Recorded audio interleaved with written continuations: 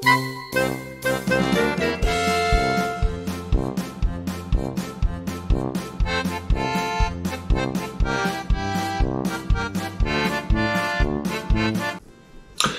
and welcome back to the channel, and this video is basically, I've done this video because a lot of family and friends said, do you know I like my beer, and you know I've got like a YouTube channel, it does beer reviews, does homebrews and stuff, and they say to me, what is Oktoberfest? What is it? What is it? Why? What's it all about? And you know, it's one of them, they're saying, well, it's September, and there's questions being asked, and I'm thinking, okay, I'm no expert on this, but I'm going to put a little video together just to say what is Oktoberfest and how it's come about and why it's still going today.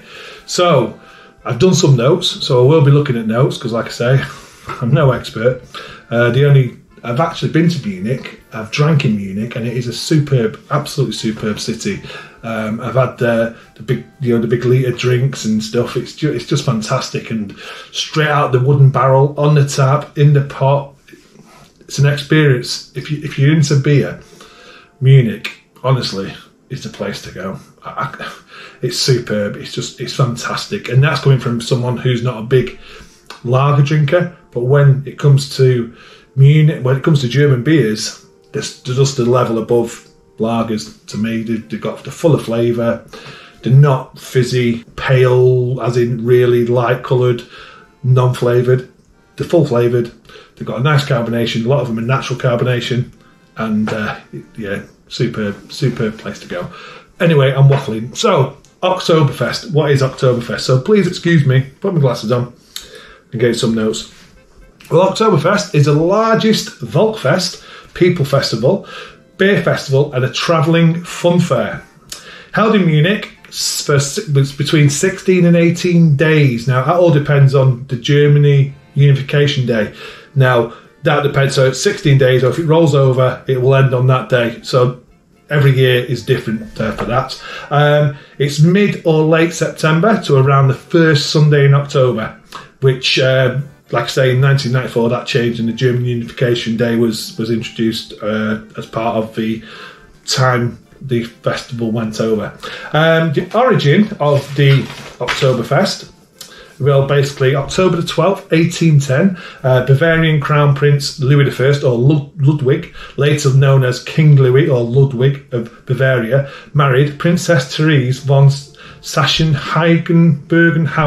Now, I do apologise for my pronunciation, the German. I really do apologise for that, but please just bear with me. They organised basically the wedding. There was a massive horse race going on, and that carried on all the way up until 1960 at Oktoberfest. They invited all the residents or the community of Munich to come and celebrate the wedding. There was lots of festivities. The field is now known as Theresienwiese, which basically means Theresa's Fields, and it still goes on there today, even though I think now it's not a field, I think it's paved. The decision to repeat the festivities in subsequent years gave rise to the annual tradition of Oktoberfest. So basically, it's celebrating, it's like a wedding anniversary for Ludwig and Theresa. It started back in 1810. It came about every year. There's horse racing involved until 1960.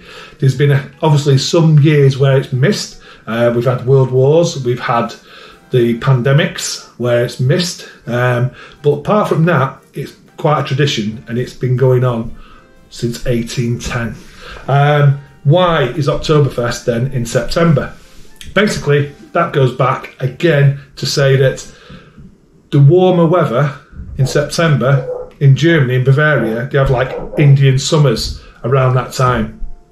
So it got brought forward so that people could be out in the evenings. It was a much better weather, so celebrations could be enjoyed more. And that's really the reason why it was brought forward. But it does roll into October, and they just kept the name Oktoberfest. Like you may have heard me already say, it's locally known as Wiesen. It's a Wiesen. Hopefully one of them's right. It's a Wiesen, so the Oktoberfest is known locally as Wiesen. It starts. Well, I've got another look book here. The Oktoberfest starts with a parade of restaurateurs and breweries from downtown to Festival Field, to the field, to Teresa Feisen. There's a little bit of information in here about that.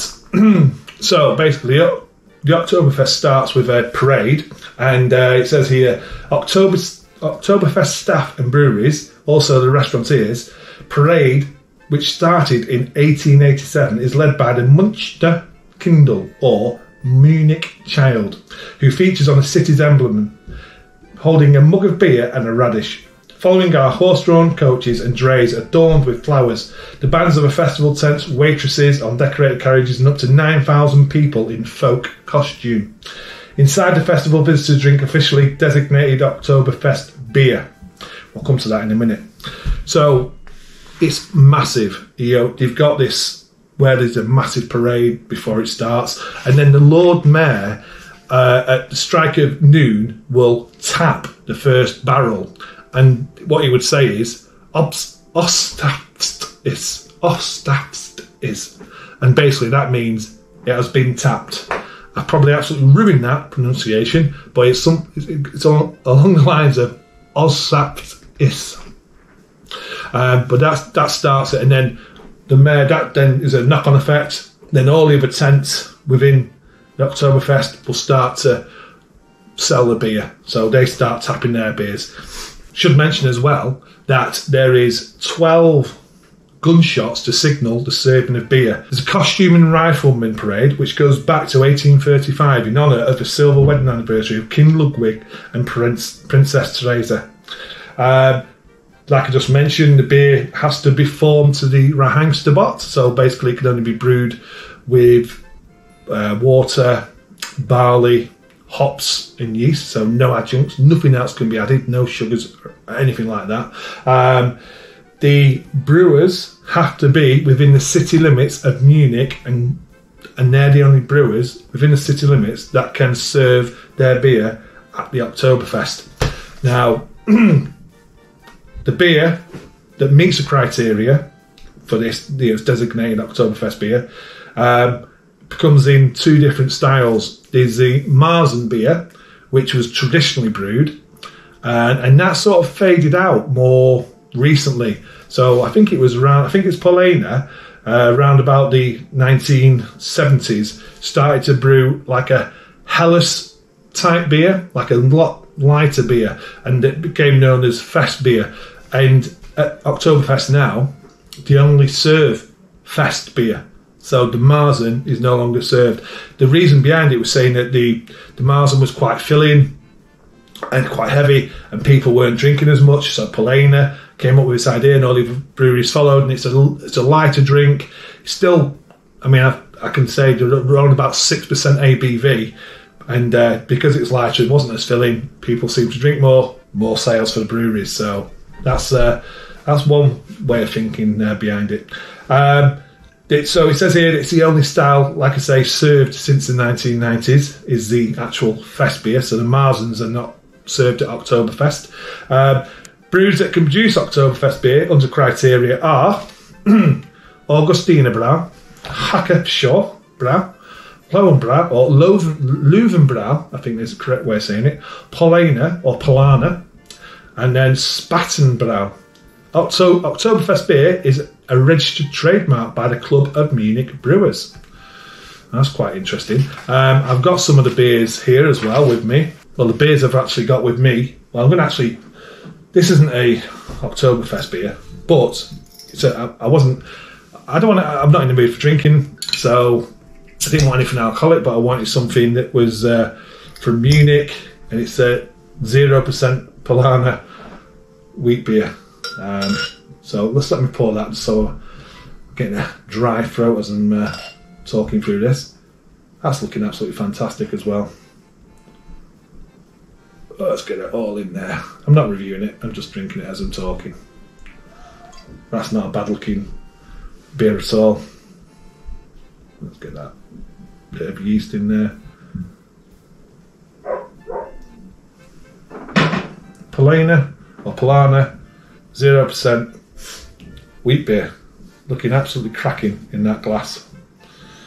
Okay, so one of the first breweries that can brew for the Oktoberfest. Let me have a drink of this. Sorry.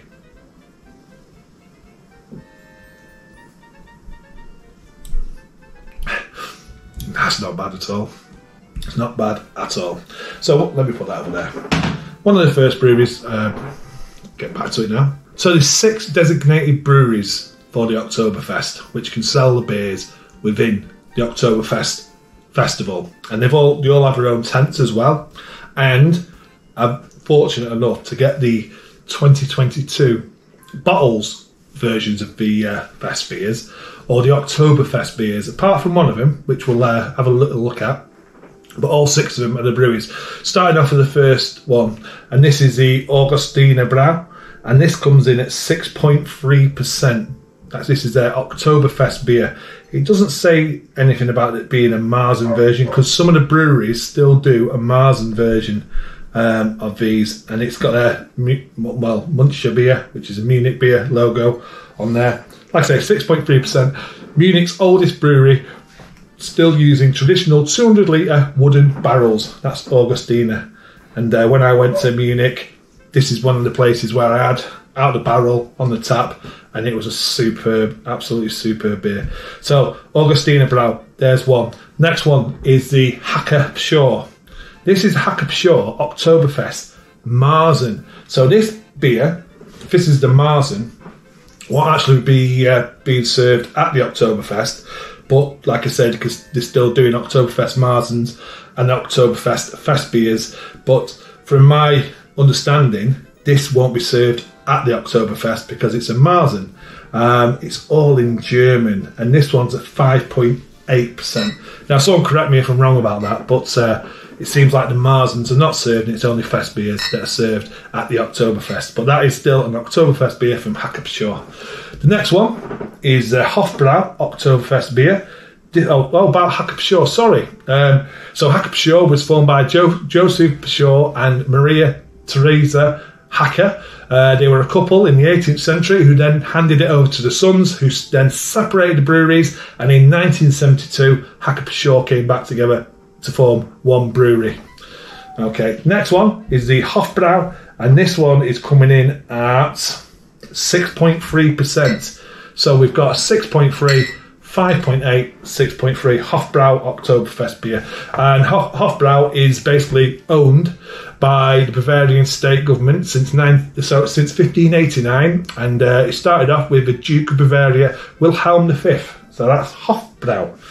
The next one is Löwenbrau.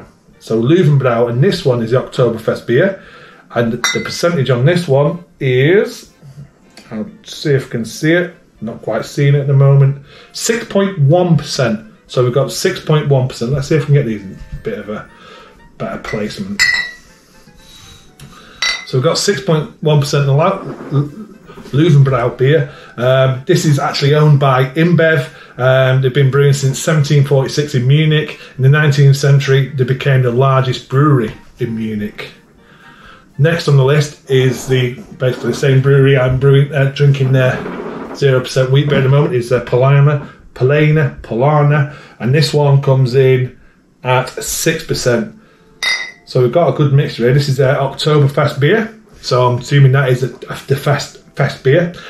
This is the youngest Munich brewery. Started out mainly brewing for the monks and public, only to the public during festivals. Interesting little fact. And then the last one, if I can reach that off on the camera there, is the Spaten. So this is the Spaten Oktoberfest. Excuse my chair and the noise. So that's the Spaten Oktoberfest, and that's coming in at 5.9%. So we've got Spaten, anything. So these basically have been given the recognition of inventing Helles Munchen Hell, or Munich Pale. Basically, they've been honoured that, it's the first brewery to brew that, and they founded in 1397, and today they're also, just like, Löwenbrau, are owned by InBev. So theirs is coming in at 5.9. You've got 6% on Polana. You've got, I always lose this one, 6.1, 6.3, 5.8, 6.3. So you can see that the percentages are quite high. So that's the beers. I was fortunate enough to get them. I'm not going to be reviewing them. I will be enjoying these. We're actually having a little Oktoberfest special on the Fab Show coming up on the 24th of September 2022 with Spice and Easy, Simo Subs and Northern Southerner beer reviews, JB. We're going to be having a few of the Oktoberfest beers. We're going to save it for then when we're going to have some like pretzels and bratwurst and stuff. So I'm not going to be reviewing them. The one I got 2 of these, so might do that. I don't know. That's the Augustina one, which is really, really rare to get hold of as well. Sorry, I've sort of drifted away. So, the Augustina Brau is considered locally the favourite brewery in Munich at the Oktoberfest. So, what else I've got to say about Oktoberfest? So, waiters, on average, fill a Mass jug or Mass Krug in German in 1.5 seconds from the barrel from the tap. They're not called steins because a stein, it has to be made out of it's stoneware to become a stein. There's a flea circus, and that's been going on since 1948. 60 fleas basically provide the entertainment. A few stats here I've got in this book, and I don't think they've changed much, but like in 2015, 7.3 million litres of beer was sold at the Oktoberfest. There's 14 large wooden tents and there's 20 small wooden tents serving beer, wine and food. That takes me on to food. So the food, what you could expect to get there: pretzels, sauerkraut, Weisswurst, which is like a white sausage, bratwurst, Käsepatzel, potato salad, currywurst, roast chicken, schnitzel, apple strudel and ham hock, amongst other things as well. So yeah, it's quite a lot of food to be offered at the Oktoberfest. The clothing, women wear something called a dirndl, and basically the men wear lederhosen. The dirndl, basically what they're saying is the dirndl used to be worn hundreds of years ago by peasants, and then Oktoberfest, it came along and the dirndl started to disappear in German culture, and Oktoberfest sort of wanted to revitalise and bring it back, and it was reinstated in 1887 as costumes to attend the Oktoberfest, and it still applies today. But what people, especially the locals, don't want to see is these people turning up in the t-shirts that are printed, and it's not a proper lederhosen or the what's called a dirndl. They want to see genuine clothing. If not, just come along in your own clothing. There's no rules saying you have to wear it, but if you're going to wear it, they want you to wear the proper stuff and just respect that tradition, really. So that's something that I've learned as well. But the lederhosen as well was used for traditional workwear for peasants many years ago, but it's a lot more respected now.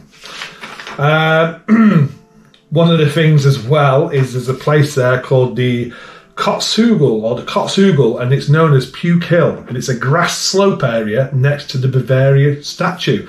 And yeah, you can go and Google that yourself to find out what exactly that means, but I don't think it's too hard when I'm saying it's called Puke Hill. So yeah, there's lots going on. So yeah, I mean, I'm going to have a little look in this book now, but basically it's every year. It's a festival. It originated back in 1810. It all started off with a wedding, a massive horse race. Racehorse? Why am I saying racehorse? Have I said racehorse all the way through? Massive horse race, which went up until, like I say, 1960s. So Oktoberfest, that's what it is. Oh, a couple of more questions, isn't there? I've been asked as well, and I forgot to cover it. And I think I've put some notes down here just to remind me, and I've somehow overlooked them. I'm sure I have. Let me just see. Be here somewhere. People ask me, or have asked me, so why is it blue and white? What's blue and white? And that basically follows the Bavarian flag to signify true spirit of any festival, namely harmony and peace. So that's another thing as well. Why is it always blue and white? So I've got my lights on blue and white. A lot of them wear blue and white checkered shirts. You see blue and white, the flag. It's all basically blue and white, and it's nice to know that it means there's harmony and peace, and that's what they want at these festivals. Even though there is a lot of disorder happens as well. I suppose that comes when there's a lot of drinks involved. But yeah, so I'll just have a quick read what I've got in this book, what it covers in here. Like I said, this goes back to 2013 Oktoberfest, and in numbers, 6.4 million visitors. I think that's pretty much still the same today. 400 million euros spent, 7.4 million litres of beer drunk, 1,000 tonnes of garbage, 1,800 toilets, 2,500 items of lost property, 93 lost children. It's not just about going drinking. There's fairs, there's all sorts, there's fun, there's food. It's a big festival, so children go as well. So don't be think it's not for children. 2,031 police interventions, 7,551 helped by the Red Cross, 638 cases of alcohol poisoning, 508,958 chickens eaten, as well as 1,115,015 pairs of pork sausages, 116 roasted oxen, and 85 roasted calves. So that's really interesting. And this basically just also what I've been saying about how it started, the breweries that are involved, how the beer from a Marzen has come over to more like a Helles, but it's classed as the fest beer now. It mentions about the mass jugs. And the not costume, because I think they don't want to call it costumes. The dress, the attire for the Oktoberfest with the dirndl and the lederhosen, and it just says that it's becoming more and more people's bucket list to attend the Oktoberfest. And yeah, they have them. I mean, you have fests, Oktoberfests like the Manchester Oktoberfest, and there's lots of other places that do, but the actual place to go is Munich in late September, beginning of October, and go and just join in the fun. You don't have to drink, you really don't. I mean, I'm doing this video with a non-alcoholic beer, but yeah, it's all about having fun, and like it says on there, peace and harmony. So if you go into Oktoberfest, I hope you have peace, harmony, good time.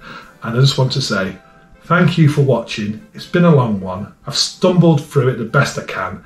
I've shown you the breweries, the beers, and I hope you enjoyed it. And I will see you on the next one. Oof.